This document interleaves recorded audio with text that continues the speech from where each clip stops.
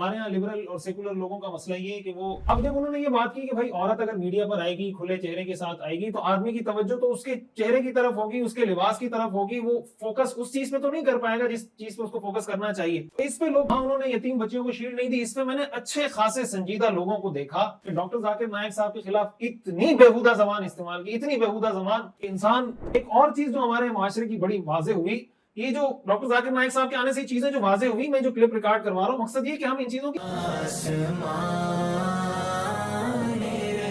مفتی Rashid Ahmad Khurshid official. بسم اللہ الرحمن الرحیم نحمدہ ونصلی علی رسولہ الکریم اما بعد.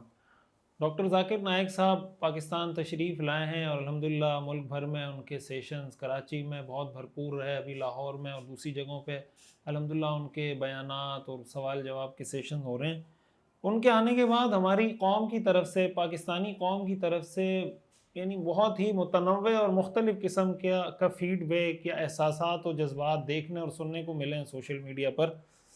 میں یہ چاہ رہا تھا کہ اس حوالے سے جو صحیح پوائنٹ آف ویو جس کو میں سمجھتا ہوں وہ رکھوں آپ حضرات کے سامنے اور اس پر ہم کچھ گفتگو کریں.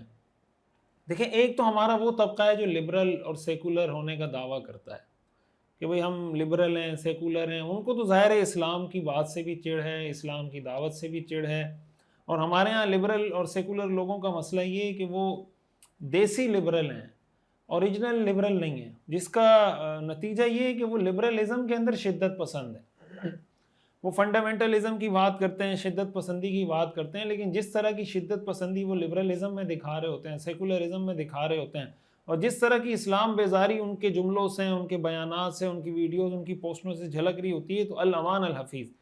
تو ایک تو ان کی دم پہ پاؤں آیا ڈاکٹر ذاکر نائک صاحب کے آنے سے, اور ان کی چیخیں نکل رہی ہیں, اور طرح طرح کی ان کی ایک ایک جملے کو پکڑ کے اس کو جناب ہائی لائٹ کیا جا رہا ہے کہ انہوں نے یہ کیوں کہا. خواجہ سرا کے بارے میں کوئی سوال کیا تو بھئی خواجہ سرا کو انہوں نے کہا اچھا آپ چھکے کی بات کر رہے ہیں, تو انہوں نے چھکا کہا, یہ تو انہوں نے بے حرمتی کی, بہت زیادہ بے احترامی کی.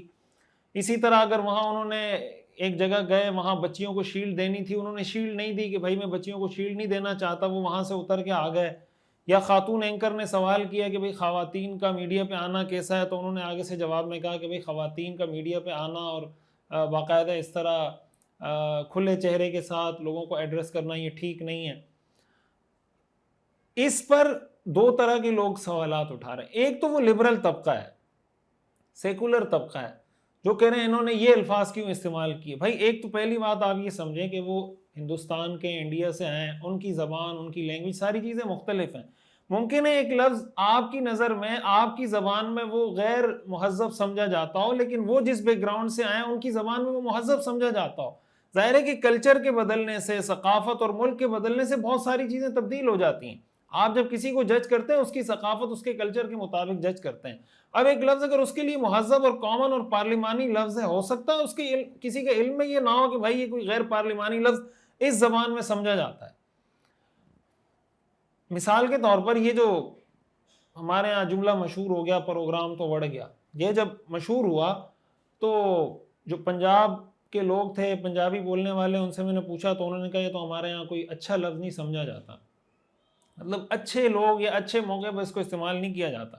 لیکن جس طریقے سے استعمال ہونے لگا تو اس کی جو انٹینسٹی تھی یا اس کا وہ جو برا مفہوم تھا, ہو سکتا ہے پنجاب میں ابھی بھی ہو, لیکن عام طور سے اگر کوئی اردو بولنے والا, کوئی دوسری زبان بولنے والا اس کو استعمال کرتا ہے تو اس کے ذہن میں اس کا کوئی غلط مفہوم, کوئی غیر پارلیمانی ہونا اس کے دماغ میں نہیں ہوتا. وہ ایک عام یعنی آپ کہہ رہے ہیں لائٹر موڈ میں اپنی کوئی بات بتانے کے لیے اس طرح کے الفاظ استعمال کرنا ہوتا ہے. ایک تو یہ بات سمجھنی چاہیے. دوسری بات کہ بھائی خواتین کے بارے میں یہ کیوں کہا کہ ان کو میڈیا پہ نہیں آنا چاہیے, اور کھلے چہرے کے ساتھ جب آپ آئیں گے. ہمارے اقرار الحسن صاحب ماشاءاللہ بڑا اچھا کام کر رہے ہیں, لیکن کبھی کبھی یہ محسوس ہوتا ہے کہ ان کو بعض اوقات جیسے ویڈیو بنانے کی کوئی بہت جلدی ہے, اور اکثر جو ان کا کام ہے بہت اچھا اور معیاری کام ہے, ہم اس کی تعریف بھی کرتے ہیں, سراہتے بھی ہیں, لیکن اس طرح کے مواقع پر ان کو احتیاط کرنی چاہیے. اب جب انہوں نے یہ بات کی کہ بھائی عورت اگر میڈیا پر آئے گی, کھلے چہرے کے ساتھ آئے گی, تو آدمی کی توجہ تو اس کے چہرے کی طرف ہوگی, اس کے لباس کی طرف ہوگی, وہ فوکس اس چیز پہ تو نہیں کر پائے گا جس چیز پہ اس کو فوکس کرنا چاہیے. تو اس پہ لوگ تل ملا اٹھے کہ بھئی دیکھیں ان کی ذہنیت خراب ہے، اور آپ کے ذہن میں دیکھیں، آپ جب عورت کو دیکھتے ہیں تو اس ذہنیت کے ساتھ دیکھتے ہیں. دیکھیں قرآن کریم کی واضح آیات ہیں. قرآن کریم میں اللہ تعالیٰ نے ارشاد فرمایا وَقُلْ لِلْمُؤْمِنِينَ يَغُضُّوا مِنْ أَبْصَارِهِمْ وَيَحْفَظُوا فُرُوجَهُمْ. آپ مومنین کو کہہ دیجئے کہ اپنی نگاہوں کو نیچے رکھے، اپنی شرمگاہوں کی حفاظت کرے. اب اللہ تعالیٰ نے یہ جو فرمایا کہ اپنی نگاہوں کو نیچے رکھے، اب آپ مجھے بتائیں اگر عورت میڈیا پہ آ رہی ہے، ٹی وی پر آ رہی ہے، چاہے وہ نیوز اینکر ہے، چاہے وہ کوئی پروگرام کی اینکر ہے، چاہے وہ کوئی ٹاک شو کچھ بھی کر رہی ہے، اگر وہ آ رہی ہے اسکرین پر، قرآن میں اللہ کہتے ہیں یغضوا من ابصارہم کہ اپنی نگاہوں کو نیچے رکھیں. آپ مجھے بتائیں بحیثیت مسلمان آپ کے لیے کیا حکم ہے کہ آپ عورت کو دیکھیں یا عورت کے سامنے اپنی نگاہوں کو نیچے رکھیں؟ قرآن میں آگے اللہ نے یہ فرمایا کہ جب تم اپنی نگاہوں کو نیچے رکھو گے اس کا نتیجہ یہ ہوگا کہ تم اپنی شرمگاہ کی حفاظت کر سکو گے. اب اس بات کو پکڑ کے بیٹھ گئے تو کہ انہوں نے کہا کہ بھئی 20 منٹ تک آپ عورت کو دیکھتے رہیں، آپ کو کچھ نہ ہو تو آپ اپنا علاج کروائیں، لیکن اس کو یہ کہنا کہ نہیں اس سے کچھ نہیں ہوتا. اب ظاہر ہے کہ یہ آپ یہ کہہ سکتے ہیں اس کو کہ یہ ویری کرتا ہے، یعنی ممکن ہے کوئی کسی کو دیکھ رہا ہو اس کو کچھ نہ ہو رہا ہو، کوئی دیکھ رہا ہو اس کو کچھ ہو رہا ہو. اب شریعت سٹینڈرڈ کس کو بنائے گی؟ شریعت سٹینڈرڈ اس کو بنائے گی جس کو کچھ ہو رہا ہے، یا شریعت سٹینڈرڈ اس کو بنائے گی جس کو کچھ نہیں ہو رہا؟ شریعت تو معاشرے کی اصلاح چاہتی ہے، معاشرے سے فساد ختم کرنا چاہتی ہے، معاشرے سے بے حیائی، زنا، بے شرمی کی چیزوں کو ختم کرنا چاہتی ہے. ظاہر ہے شریعت اس بات کو سٹینڈرڈ بنائے گی کہ بھائی جن لوگوں کو عورت کے دیکھنے سے کچھ ہوتا ہے تو اس کا مطلب وہاں سے کوئی گڑبڑ پیدا ہو سکتی ہے. جب گڑبڑ پیدا ہو سکتی ہے تو شریعت اس کو روکنے کی کوشش کرے گی. اور یہی دنیا کے ہر قانون میں اسی طرح ہوتا ہے، جب بھی کوئی قانون بنتا ہے وہ اسی چیز کو سامنے رکھتے ہوئے بنایا جاتا ہے. اب اس کو پکڑ کے بیٹھ جانا کہ ڈاکٹر ذاکر نائک صاحب نے، بھائی ان کو اپریشیٹ کرنا چاہیے کہ وہ دین کی ایک بات بتا رہے ہیں، صحیح ترجمانی کر رہے ہیں. آپ کو اگر ان سے اختلاف ہے، آپ علمی انداز میں اگر کوئی اختلاف کرنا چاہتے ہیں کہ نہیں مجھے اس سینس میں اختلاف ہے کہ قرآن کی یہ آیت ہے، حدیث یہ ہے، فقہا نے یہ لکھا ہے، امام ابو حنیفہ رحمۃ اللہ علیہ نے یہ لکھا ہے، محدثین نے یہ لکھا ہے، ان ساری باتوں کو اگر اس طریقے سے آپ کوئی بات کریں تو اس میں کوئی حرج کی بات نہیں. لیکن ان کی شخصیت کو نشانہ بنانا ظاہر ہے کہ یہ طرز عمل ٹھیک نہیں ہے. وہاں انہوں نے یتیم بچیوں کو شیلڈ نہیں دی. اس پہ میں نے اچھے خاصے سنجیدہ لوگوں کو دیکھا کہ ڈاکٹر ذاکر نائک صاحب کے خلاف اتنی بیہودہ زبان استعمال کی، اتنی بیہودہ زبان کہ انسان کا دیکھ کے سر شرم سے جھک جاتا ہے. اب وہ ٹارگٹ کر رہے ہیں اس لحاظ سے کہ دیکھیں ان کی سوچ گندی ہے، ان کی ذہنیت گندی ہے، ان کے دماغ کے سارے خیالات احساسات غلط ہیں. یعنی ہم لوگ دین سے اتنا دور جا چکے ہیں کہ جو دین کے صریح احکام ہیں ان پر ہم سوال کھڑے کر رہے ہیں، ان پہ ہم جناب اعتراضات کرنے لگ گئے ہیں. بھائی اگر وہ یہ سمجھتے ہیں کہ بھائی خواتین کو شیلڈ دینا جائز نہیں ہے شرعی نقطہ نظر سے، میں اس پر آتا ہوں کہ جائز ہے یا جائز نہیں ہے، فقہا نے کیا لکھا ہے اس پہ میں بعد میں آتا ہوں. لیکن اگر وہ اس کو سمجھتے ہیں تو آپ ان کو اس لحاظ سے ٹارگٹ کرنا کہ یہ جناب عورتوں کو ڈسگریس کر رہے ہیں، یہ جناب عورتوں کی بے حرمتی کر رہے ہیں، بے عزتی کر رہے ہیں، فلاں کر رہے ہیں، فلاں کر رہے ہیں، یہ تو بالکل سیم اسی طرح ہے کہ اگر کل آپ شریعت، اب آپ سے کوئی پوچھتا ہے کہ عورت کو جاب کرنی چاہیے نہیں کرنی چاہیے، تو شریعت کیا کہتی ہے؟ شریعت آپ کو کہتی ہے کہ عورت کو جاب نہیں کرنی چاہیے جب تک کوئی ضرورت نہ ہو. اب اگر یہ کوئی کہے کہ بھائی عورت، شریعت کا حکم یہ ہے کہ عورت کو جاب نہیں کرنی چاہیے، آپ پکڑ کے بیٹھ جائیں کہ دیکھیں عورتوں کے حقوق کے خلاف ہیں، تو بھائی یہ حکم شریعت کا ہے یا کسی مولوی صاحب کا یا ڈاکٹر ذاکر نائک صاحب کا یا کسی مفتی صاحب کا؟ تو آپ اس کو پکڑ کے بیٹھ جائیں کہ دیکھیں عورتوں کا احترام نہیں ہے، اس لیے عورتوں کو منع کرتے ہیں، ان کے دماغ ہی گندے ہیں کہ عورت باہر جائے گی تو لوگ بری نظر سے دیکھیں گے، فلاں ہوگا فلاں ہوگا فلاں ہوگا. تو جو شریعت کا حکم اگر کوئی آدمی بیان کر رہا ہے تو جو سیکولر لبرل لوگ ہیں ان کا تو اس پہ تل ملانا بھی سمجھ میں آتا ہے، ان کا تو غصہ بھی سمجھ میں آتا ہے. اور ڈاکٹر ذاکر نائک صاحب کے آنے سے بہت سارے لوگ ایکسپوز ہوئے ہیں، پتہ چلا ہے کہ بھائی کیا ہمارے ہاں چل کیا رہا ہے، کس کے چہرے پہ کیا نقاب تھا، وہ نقاب بہت سے چہروں سے اترے ہیں. تو ایک تو وہ طبقہ ہے جن کو بہت زیادہ مرچیں لگی ہوئی ہیں، آگ لگی ہوئی ہے. دوسرا وہ طبقہ ہے جو علمی طبقہ ہے، علماء کا طبقہ ہے، مفتیان کرام، سنجیدہ لوگوں کا طبقہ ہے. اب ظاہر ہے کہ علماء کرام ماشاءاللہ آپ دیکھیں یہاں پر جب ڈاکٹر ذاکر نائک صاحب آئے ہیں، ایک اور بات جو بہت اچھے طریقے سے واضح ہوئی کہ ہمارے ہاں جو فرقہ وارانہ تعصبات یا مسلکی تعصبات اس کو کہہ لیں، کہ کچھ لوگوں کی طرف سے جو مسلکی تعصب کا اظہار کیا گیا کہ ایک ایسا شخص جو آ کر صرف دین کی، توحید کی، رسالت کی، اسلام کی حقانیت کی بات کرتا ہے، ان کا یہ موٹو ہے، وہ کہتے ہیں کہ میں نہ کسی فرقے کی بات کرتا ہوں، نہ کسی مسلک کی بات کرتا ہوں، کچھ نہیں کرتا، ساری دنیا جانتی ہے، لاکھوں لوگ ان کے ہاتھ پہ مسلمان ہوئے، انہوں نے جا کے ہمیشہ ڈیبیٹ کی ہے، مناظرہ کیا ہے، مباحثہ کیا ہے، مقابلہ کیا ہے، تو غیر مسلموں سے کیا ہے، اور ان کے سامنے اسلام کی حقانیت کو دلائل سے ثابت کیا، دنیا اس بات کو تسلیم کرتی ہے۔ اس وقت پوری دنیا میں کمپیریٹیو ریلیجن کے سبجیکٹ کی اگر بات کریں، پوری دنیا میں ان کے ٹکر کا کوئی آدمی نہیں ہے، چاہے وہ مسلمان ہو یا چاہے وہ غیر مسلم ہو، اس خاص سبجیکٹ میں جس طریقے سے ان کو مہارت ہے، جو ان کی اسپیشلائزیشن ہے۔ اب جب وہ یہاں پر آ کر صرف اسلام کی بات کر رہے ہیں، اسلام کی حقانیت کی بات کر رہے ہیں، ان کی پہچان یہ ہے، ان کا دعویٰ یہ ہے، اب ایسی صورت میں ایسی شخصیت کا بائیکاٹ کرنا، اس کے خلاف نعرے لگانا، اس کے خلاف جناب تعصب کا اظہار کرنا، یہ ہمارے لیے لمحہ فکریہ ہے۔ ہمیں یہ سوچنا چاہیے کہ ہم اسلام کو پھیلانے والے ہیں، اسلام کے داعی ہیں، اسلام کے مبلغ ہیں، یا اپنے مسلک اور اپنے فرقے کے مبلغ ہیں۔ جب ایک آدمی مسالک سے بالا تر ہو کر صرف اسلام کی بات کر رہا ہے، تو پھر اس میں مسلک اور فرقہ کہاں سے آیا؟ اگر پھر بھی مسلک اور فرقہ لایا جا رہا ہے، اس کا مطلب یہ کہ فرقہ اور مسلک اسلام سے زیادہ ہم اس کو اہمیت اپنے مسلک اور فرقے کو دے رہے ہیں۔ یہ بھی ایک عقدہ، ایک نقاب ہمارے معاشرے پہ جو پردے پڑے ہوئے تھے، ان پردوں میں سے ایک پردہ یہ بھی اٹھا جو ہمارے لیے ایک لمحہ فکری ہے، اور ابھی ہمیں اس پہ غور کرنا چاہیے، ہمارے علماء کو بھی، تمام مسالک کے علماء کو بھی، عوام کو بھی، کہ دیکھیں اگر مشترکات کی بات آتی ہے، قرآن کریم سورہ آل عمران کی جو آیت ہے، قُلْ يَا أَهْلَ الْكِتَابِ تَعَالَوْا إِلَىٰ كَلِمَةٍ سَوَاءٍ بَيْنَنَا وَبَيْنَكُمْ، کہ اے اہل کتاب اس بات کی طرف آ جاؤ جو ہمارے تمہارے درمیان مشترک ہے۔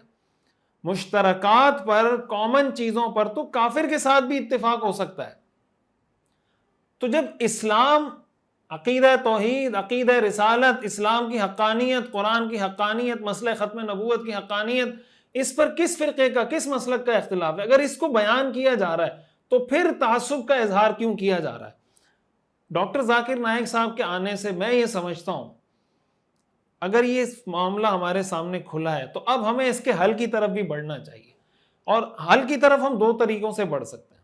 ایک یہ کہ جو ہمارے مسالک ہیں وہ آپس میں، اور الحمدللہ یہ چیز اب دیکھنے کو مل رہی ہے، حالیہ جو مزار قائد پہ، شارع قائدین پر جو 7 اکتوبر کے حوالے سے ایک تقریب منعقد ہوئی، اس میں تمام مسالک کے حضرات موجود تھے، یہ بہت خوش آئند بات ہے۔ اس طرح کے مشترکات پر اکٹھے ہونا شروع ہوں۔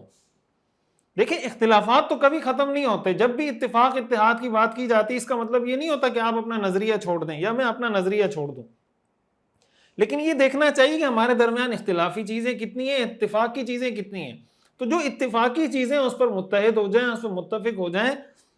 مسلمانوں کا جس طرح سے شیرازہ بکھر رہا ہے، جس طریقے سے ہم تفریق در تفریق کا شکار ہو رہے ہیں، اگر دیوبندی ہیں، پہلے تو دیوبندی بریلوی اہل حدیث فرقے، پھر دیوبندیوں کے اندر فرقے در فرقے بنتے جا رہے ہیں، بریلویوں کے اندر فرقے در فرقے بنتے جا رہے ہیں، اہل حدیث کے اندر فرقے در فرقے بنتے چلے جا رہے ہیں۔ یہ ہمیں تھوڑا اپنے رویے پر نظر ثانی کرنی چاہیے کہ ہم سے کہاں غلطی ہو رہی ہے۔ ضروری تو نہیں کہ ہم اپنے سارے کاموں میں ٹھیک ہوں، کہیں نہ کہیں ہم سے کوئی غلطی ہو رہی ہے، تو ان چیزوں کو مشترکات پہ لا کے امت کو متحد کرنے کی کوشش کرنی چاہیے۔ اور اس کے لیے میں یہ سمجھتا ہوں یہ اس وقت تک ہو نہیں سکتا جب تک ایسے خطیبوں کا، ایسے ذاکروں کا، ایسے مبلغوں کا بائیکاٹ نہ کیا جائے جو قوم میں نفرت کے بیج بوتے ہیں، جو آپس میں لڑاتے ہیں، جو جناب ایک دوسرے کے خلاف ورغلانے کی کوشش کرتے ہیں، ایک دوسرے کے خلاف لوگوں کو اکسانے کی کوشش کرتے ہیں۔ بہت ہو گیا ہے میرے خیال سے، اب حقیقی دین کی طرف آنا چاہیے، پریکٹیکل دین کی طرف آنا چاہیے۔ وہ کہتے ہیں نا کہ ایک مسلمان ہندو سے لڑ رہا تھا کہ بھئی تم مسلمان ہو جاؤ، نہیں تو میں تمہیں چھوڑوں گا نہیں، لڑ رہا ہے بھئی، پہلوانی کر رہا ہے اس کے ساتھ۔ مسلمان نے ہندو کو گرا دیا، بھئی کلمہ پڑھ مسلمان ہو، نہیں تو میں تجھے نہیں چھوڑوں گا۔ ہندو نے کہا ٹھیک ہے چل میں مسلمان ہوتا ہوں، پڑھا مجھے کلمہ، تو اس نے کہا کلمہ تو مجھے بھی نہیں آتا۔ ہماری تو یہ حالت ہوئی بھی ہے، ہم اسلام کے نام پہ لڑ رہے ہیں، اسلام کے لیے لڑ رہے ہیں، لیکن اگر کوئی ہمیں کہے کہ چلیں ٹھیک ہے میں ہوتا ہوں مسلمان، ذرا مجھے بتائیں اسلام کا معاشی نظام، بتائیں مجھے اسلام کا سیاسی نظام، اسلام کا خاندانی نظام، حضور علیہ الصلوۃ والسلام کیسے شوہر تھے، آپ کیسے معلم تھے، آپ کیسے مدرس تھے، آپ کیسے سپہ سالار تھے، کیسے حکمران تھے، کیسے پڑوسی تھے، کیسے رشتہ دار تھے، بتائیں مجھے ذرا۔ کیا پتا ہے ہمیں؟ کچھ نہیں پتا. یہ پریکٹیکل چیزیں، ان کی طرف آنے کی کوشش کریں. ایک ڈاکٹر ذاکر نائک صاحب کی باتوں کا وہ پہلو ہے جو علمی پہلو ہے، کہ مثال کے طور پر اگر وہ کسی چیز کو جائز کہہ رہے ہیں، ناجائز کہہ رہے ہیں، ہمیں بھی ان کی جو فقہی مسائل میں جب وہ کوئی رائے دے رہے ہوتے ہیں تو اس سے اختلاف ہوتا ہے، اور رہا ہے اختلاف. لیکن اس کا ہرگز یہ مطلب نہیں کہ ان کی جتنی خدمات ہیں اسلام کے لیے، مسلمانوں کے لیے، عالم اسلام کے لیے، ان سب کو ہم فراموش کر دیں. یہ کہاں کا طریقہ ہے؟ اب اگر مثال کے طور پر انہوں نے جیسے بات کی کہ بھائی عورتوں کو شیلڈ دینی چاہیے، اچھا اس میں ایک مسئلہ اور بھی ہے. ایک وہ طبقہ ہے جو ڈاکٹر ذاکر نائک صاحب کے آنے کے بعد، ان کے اس طرح کے جوابات کے بعد، جو ہمارے علماء ہیں، مفتیان کرام ہیں، مدارس ہیں، مستند علماء، ان کو ٹارگٹ کر رہے ہیں.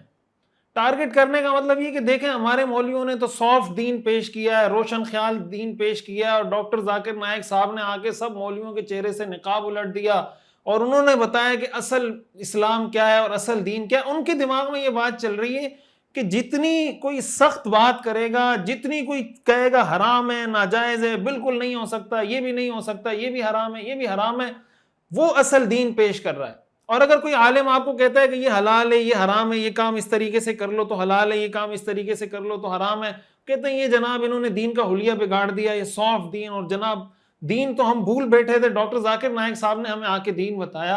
ایک وہ طبقہ ہے، یہ ایک اور ایکسٹریم ہے. ایک ہمارے لبرل لوگوں کی ایکسٹریم ہے، ایک اس طرح کے جو دیندار لوگ ہیں جن کو مسالہ زیادہ لگ گیا، ان کی ایک الگ ایکسٹریم ہے، جس کی وجہ سے وہ سارے علماء کو، سارے دارالفتاؤں کو، سارے مفتیان کرام کو لپیٹ رہے ہیں. تو بھائی اگر کسی چیز کو کوئی حلال کہتا ہے، حرام کہتا ہے، جائز کہتا ہے، ناجائز کہتا ہے، وہ اگر مفتی ہے اس کے پاس اس کی دلیل ہوگی، وہ آپ کو دلیل سے ثابت کر رہا ہوگا. اگر کوئی معاشرے میں، مثال کے طور پر اگر میں بینکنگ کی بات کروں، بینکنگ پہ تو ڈاکٹر ذاکر نائک صاحب نے بھی بات کی. اب ہمارے ہاں کیا بہت سارے لوگ ہیں جو اسلامک بینکنگ کو نہیں مانتے. اب وہ اسلامک بینکنگ کو نہ ماننے کی دو صورتیں، ایک تو یہ کہ علمی اعتبار سے آپ کہیں کہ مجھے اس کے یہ جو طریقہ کار ہے فقہی نقطہ نظر سے اس کو میں ٹھیک نہیں سمجھتا، یہ تو سمجھ میں آتی ہے بات. ایک اس کا یہ طریقہ کار ہے کہ دیکھو انہوں نے سود کو حلال کر دیا ہے. مفتی تقی عثمانی صاحب کے بارے میں ہمارے ہاں وہ لوگ جن کی ان کے سامنے کوئی حیثیت نہیں علمی اعتبار سے، وہ جناب سود کو حلال کر دیا ہے، اور جناب وہ شراب پہ آب زمزم کا لیبل لگا دیا، اور خنزیر کو جناب بکری ڈکلیئر کر دیا، اور حرام کو حلال کر دیا، اور سارے لوگوں کو حرام کھلا رہے ہیں. کچھ خدا کا خوف کریں آپ. یہ آپ کس پہ الزام لگا رہے ہیں؟ جو ساری زندگی دین کی، ان کو مل کیا رہا ہے آخر؟ تحقیق کریں، پتہ کریں ان کو کوئی تنخواہیں مل رہی ہیں، مراعات مل رہی ہیں، کوئی بہت زیادہ فیسیلیٹیشن ان کو مل رہی ہے بینکوں کی طرف سے، ذرا جا کے تحقیق تو کریں. اب اگر ایک ملک میں ایک سسٹم رائج ہے سودی نظام، اور ایک عالم دین یہ کوشش کرتا ہے کہ بھائی کسی طرح اپنی قوم کو سود سے نکالیں، ساری دنیا کے علماء ان کو اکنامکس، اسلامک اکنامکس کا امام تسلیم کرتے ہیں. ڈاکٹر ذاکر نائک صاحب نے یہ بات یہاں آ کے کی. لیکن اگر وہ آپ کو اسلامک بینکنگ کا کوئی نظام بنا کر دیں گے تو آپ اس پہ یہ ٹائٹل لگا دیں گے کہ ہمارے علماء جناب سافٹ دین، یہ دیکھو نظام کہاں سے چل رہا ہے، امریکہ کے ہاتھ میں، IMF کے ہاتھ میں، فلاں کے ہاتھ میں، انہوں نے یہاں تھوڑی چیزیں اسلامائز کر دی، جناب یہ اسلامک بینکنگ ہوگا. یہ کیسے اسلامک بینکنگ ہے؟ تو اس وجہ سے آپ علماء پہ رد کر رہے ہیں کہ جناب ہمارے مولویوں نے سافٹ دین پیش کیا ہے، روشن خیال دین. اصل دین یہ ہے کہ حرام حرام حرام حرام حرام حرام سب حرام. تو بھئی قوم کے لیے متبادل کون پیش کرے گا؟ کیا علماء کرام کا یہ کام ہے؟ دیکھیں گیسٹ اگر آتا ہے، اس سے آپ کوئی پوچھیں، دوسرے ملک کا آیا ہوا بندہ ہے، وہ آپ کو ہو سکتا ہے کہہ دے کہ یہ کام حرام ہے. لیکن جو عالم دین، جو مفتی اس ملک میں رہ رہا ہے، اس کو پتہ ہے اس ملک کے مسائل کیا ہیں، اس کو پتہ ہے کہ حرام کیا ہے. لیکن اس کا کام صرف یہ نہیں کہ وہ آپ کو کہے کہ یہ حرام ہے، بلکہ اس کا کام یہ ہے کہ وہ آپ کو متبادل بھی بتائے کہ بھئی یہ حرام ہے، یہ کام اگر آپ اس طریقے سے کریں گے تو حلال ہو جائے گا، اس لیے کہ وہ اس ملک میں رہتا ہے، اس ملک کے مسائل کو سمجھتا ہے. تو اس وجہ سے علماء کرام کو ٹارگٹ کرنا اور ان کو کہنا کہ جناب انہوں نے تو دین کا سارا نظریہ بھلا دیا تھا، ڈاکٹر ذاکر نائک صاحب نے ہمیں آ کے یاد دلایا.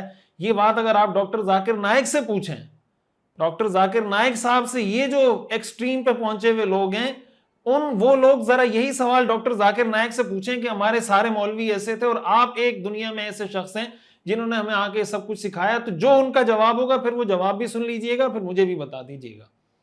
اور آخری بات جو اس سلسلے میں عرض کرنا چاہتا ہوں کہ ڈاکٹر ذاکر نائک صاحب سے، جسے میں نے بتایا کہ اختلاف کرنے والے، ان پر اعتراض کرنے والے مختلف طرح کے لوگ ہیں.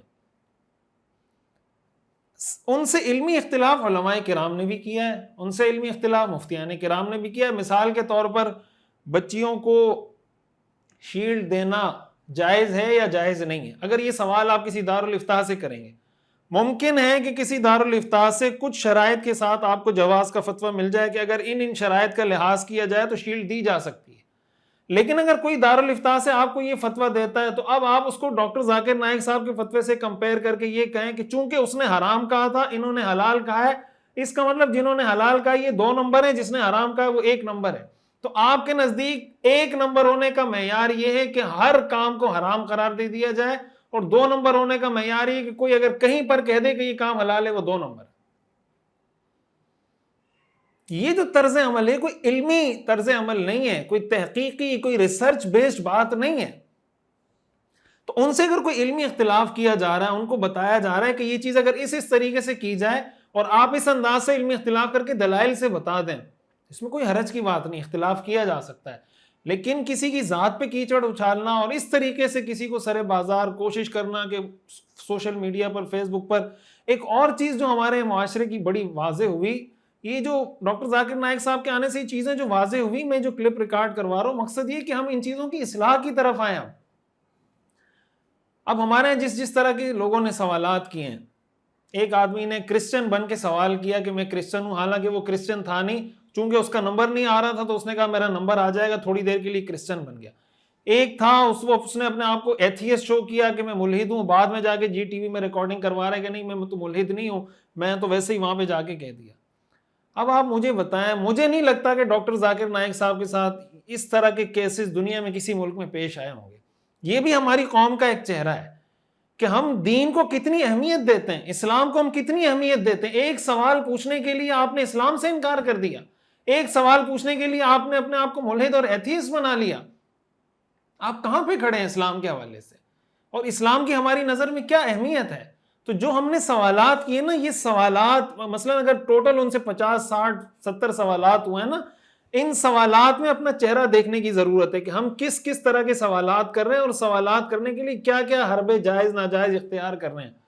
اس سے پتہ چلے گا کہ ہمارا جو زوال ہے، قومی معاشرتی زوال، کس وجہ سے، اور وہ زوال ایک ہی وجہ ہے اس کی کہ ہم اسلام کو پریکٹس نہیں کرتے۔ ہم اسلام کا دعویٰ تو کرتے ہیں، پریکٹس نہیں کرتے۔ خلاصہ میری گفتگو کا یہ ہے کہ جو مستند علماء کرام ہیں ان سے بھی جڑیں، ڈاکٹر ذاکر نائک صاحب کی جو فیلڈ ہے کمپیریٹیو ریلیجن، تقابل ادیان، اس میں ان سے بھی جڑیں، اور ان کی ظاہر ہے میں نے بتایا کہ اکثر باتیں ایسی ہیں جن سے علماء بھی اتفاق کرتے ہیں، کچھ باتیں ایسی ہیں جن سے علماء اختلاف کرتے ہیں، دلائل کے ساتھ کرتے ہیں۔ تو اس چکر میں آپ علماء کو گالیاں مت دیں، مستند علماء کو گالیاں مت دیں، اور ڈاکٹر ذاکر نائک صاحب کو بھی گالیاں مت دیں۔ علمی اختلاف اگر وہ کر رہے ہیں تو اس کو یہ نہیں سمجھیں کہ یہ بڑے روشن خیال ہیں اور یہ اصل کڑک آدمی ہے، یہ صحیح دین پیش کر رہا ہے۔ اور جو فرقہ وارانہ مسلکی تعصبات ہیں اس کو بھی دور کرنے کی کوشش کی جائے۔ ہمارے سارے علماء اگر یہ عزم کریں کہ ہم نے اسلام کو بیان کرنا ہے، دیکھیں بیان کرنے کے لیے کچھ کم چیزیں ہیں۔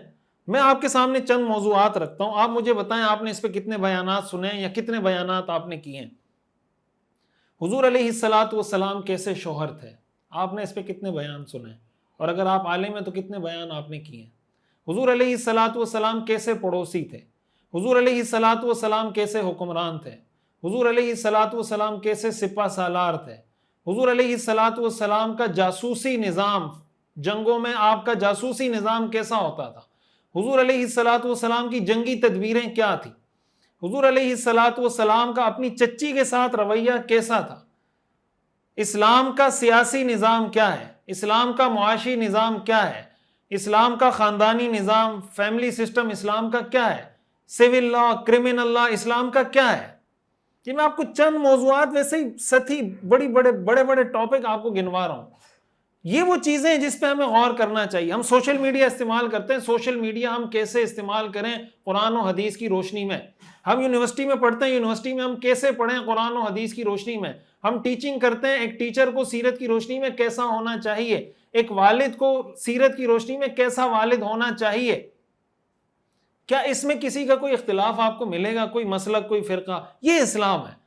اخلاق، حضور علیہ الصلوۃ والسلام کے اخلاق کیا تھے، آپ کا کافروں کے ساتھ رویہ، دوستوں کے ساتھ رویہ، دشمنوں کے ساتھ رویہ، بچوں کے ساتھ رویہ، خواتین کے ساتھ رویہ، کمزوروں کے ساتھ رویہ، یتیموں کے ساتھ رویہ۔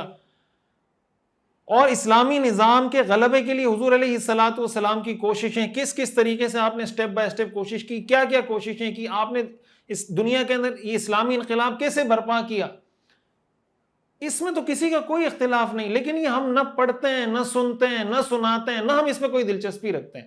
اسلام کی طرف آئیں گے تو یہ سارے مسئلے مسائل ہمارے حل ہو جائیں گے.